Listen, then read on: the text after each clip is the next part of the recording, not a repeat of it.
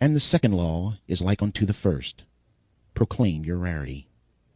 You had condemned yourself to a potter's field, and there you lay, unable to forgive your own failure, destroying yourself with self-hate, self-incrimination, and revulsion at your crimes against yourself and others. Are you not perplexed? Do you not wonder why I am able to forgive your failures, your transgressions, your pitiful demeanor, when you cannot forgive yourself? I address you now for 3 reasons. You need me. You are not one of the herd leading for destruction in a gray mass of mediocrity, and you are a great rarity. Consider a painting by Rembrandt, or a bronze by Degas, or a violin by Stradivarius, or a play by Shakespeare. They have great value for 2 reasons. Their creators were masters, and they are few in number, yet there are more than one of each of these. On that reasoning, you are the most valuable treasure on the face of the earth, for you know who created you, and there is only one of you. Never in all the 70 billion humans who have walked on this planet since the beginning of time has there been anyone exactly like you. Never until the end of time will there be another such as you.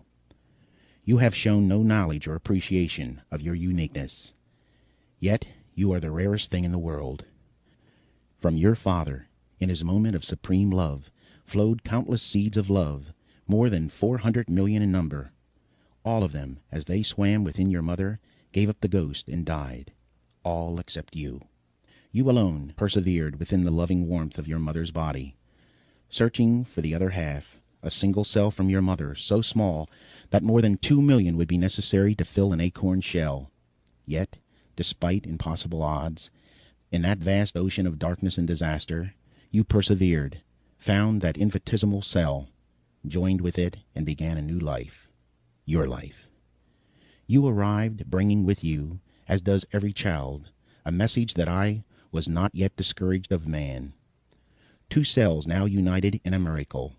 2 cells, each containing 33 chromosomes, and within each chromosome hundreds of genes, which would govern every characteristic about you, from the color of your eyes, to the charm of your manner, to the size of your brain. With all the combinations at my command, beginning with a single sperm from your father's 400 million, through the hundreds of genes in each of the chromosomes from your mother and father, I could have created 300,000 billion humans, each different from the other. But who did I bring forth? You, one of a kind, rarest of the rare, a priceless treasure, possessed of qualities of mind and speech and movement and appearance and action as no other that has ever lived, lives, or shall live. Why have you valued yourself in pennies when you were worth a king's ransom? Why did you listen to those who demean you?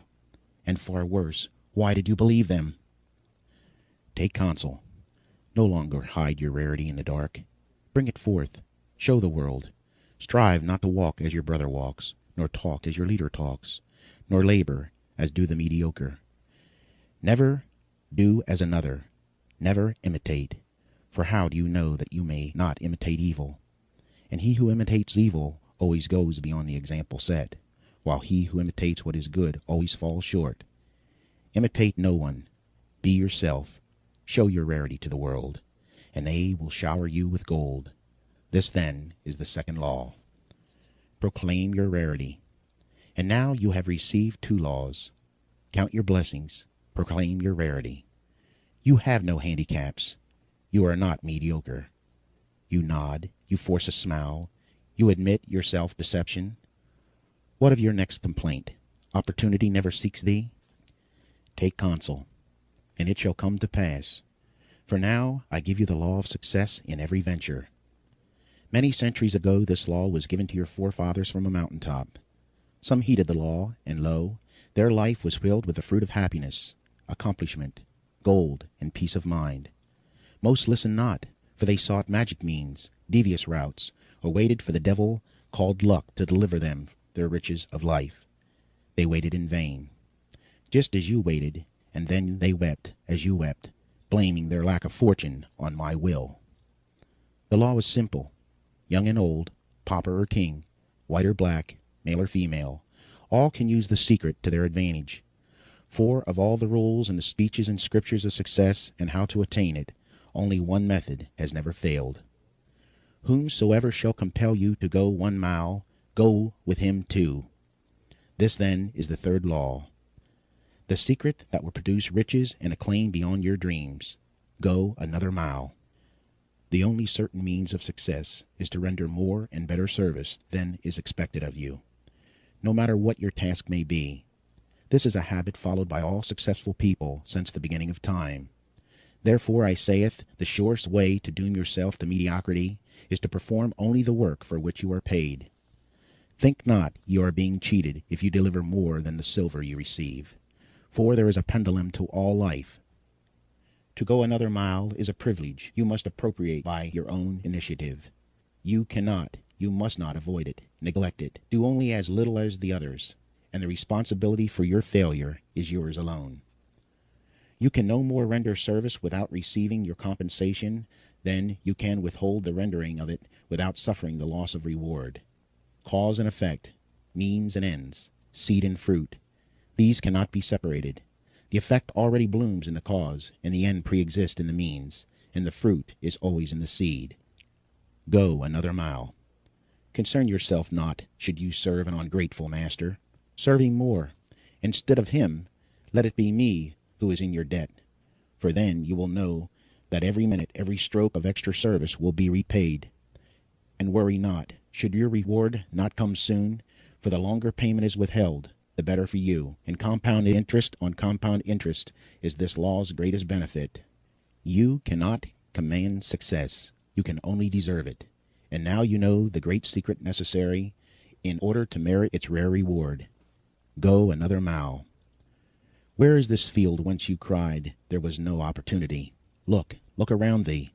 See where only yesterday you wallowed in the refuge of self-pity. You now walk tall on a carpet of gold. Nothing is changed except you. You are everything. You are my greatest miracle. You are the greatest miracle in the world. And now the laws of happiness and success are 3. Count your blessings. Proclaim your rarity. Go another mile. Be patient with your progress, to count your blessings with gratitude, to proclaim your rarity with pride, to go an extra mile and then another. These acts are not accomplished in the blinking of an eye. Yet that which you require with most difficulty, you retain the longest, as those who have earned a fortune are more careful of it than those by whom it was inherited. And fear not as you enter your new life. Every noble accusation is attended with its risk. He who fears to encounter the one must not expect to obtain the other. Now you know you are a miracle, and there is no fear in a miracle. Be proud. You are not a momentary whim in the careless Creator's experiment in the laboratory of life. You are not a slave of forces that you cannot comprehend. You are a free manifestation of no force but mine, of no love but mine. You were made with a purpose. Feel my hand. Hear my words. You need me, and I need you. We have a world to rebuild, and if it requires a miracle, what is that to us? We are both miracles, and now we have each other. Never have I lost faith in you. Since that day when I first spun you on this giant wave and tossed you helplessly on the sands. As you measure time, that was more than 500 million years ago. There were many models, many shapes, many sizes, before I reached perfection in you more than 30,000 years ago. I have made no further effort to improve you in all these years. For how could I improve on a miracle? You were a marvel to behold, and I was pleased. I gave you the world and a dominion over it. Then, to enable you to reach its full potential, I placed my hand upon you once more and endowed you with powers unknown to any other creature in the universe, even until this day. I gave you the power to think. I gave you the power to love. I gave you the power to will. I gave you the power to laugh. I gave you the power to imagine. I gave you the power to create. I gave you the power to plan. I gave you the power to speak. I gave you the power to pray. My pride in you knows no bound.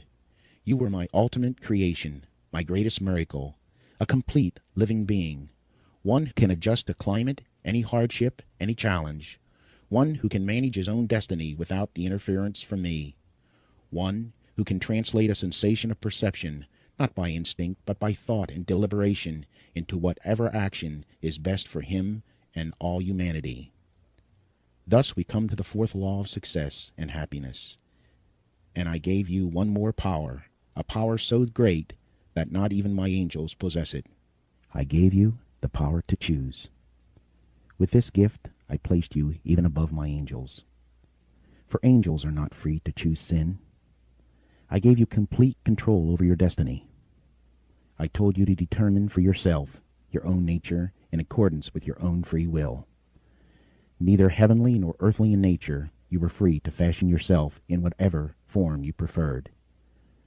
You had the power to choose or degenerate into the lowest forms of life. But you also had the power, out of your soul's judgment, to be reborn into a higher form, which are divine. I have never withdrawn your great power, the power to choose. What have you done with this tremendous force? Look at yourself. Think of your choices you have made in your life, and recall now those bitter moments when you would fall to your knees if only you had the opportunity to choose again. What is past, and now you know the fourth great law of happiness and success. Choose to love rather than hate. Choose to laugh rather than cry. Choose to create rather than destroy. Choose to persevere rather than quit. Choose to pray rather than gossip. Choose to heal rather than wound. Choose to give rather than steal. Choose to act rather than procrastinate. Choose to grow rather than rot. Choose to pray rather than curse. Choose to live rather than die. Now you know that your misfortunes were not my will, for all my power was vested in you, and the accumulation of deeds and thoughts which placed you on the refuge of humanity were your doing, not mine. My gifts of power were too large for your small nature. Now you have grown tall and wise, and the fruits of your land will be yours. You are more than a human being. You are a human becoming. You are capable of great wonders. Your potential is unlimited. Who else among my creatures has mastered fire? Who else among my creatures has conquered gravity, has pierced the heavens, has conquered disease and pestilence and drought? Never demean yourself again. Never settle for the crumbs of life. Never hide your talents. From this day hence, remember the child who says, "When I am a big boy." But what is that? Big boy says, "When I grow up." And then grown up he says, "When I am wed." But to be wed, what is that? After all, the thought of changes to "when I retire." And then retirement comes, and he looks back over a landscape traversed. A cold wind sweeps over it, and somehow he has missed it all, and it is gone. Enjoy this day today, and tomorrow tomorrow. You have performed the greatest miracle in the world. You have returned from the living death. You will feel self-pity no more, and each new day will be a challenge and a joy. You have been born again.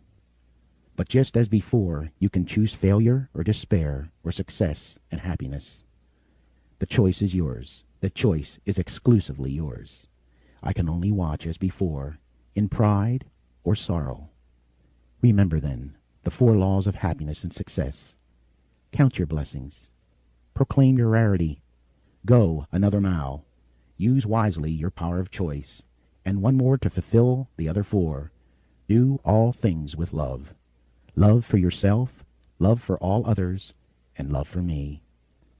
Wipe away your tears. Reach out, grasp my hand, and stand straight. Let me cut the grave cloths that bound you. This day you have been notified. You are the greatest miracle in the world.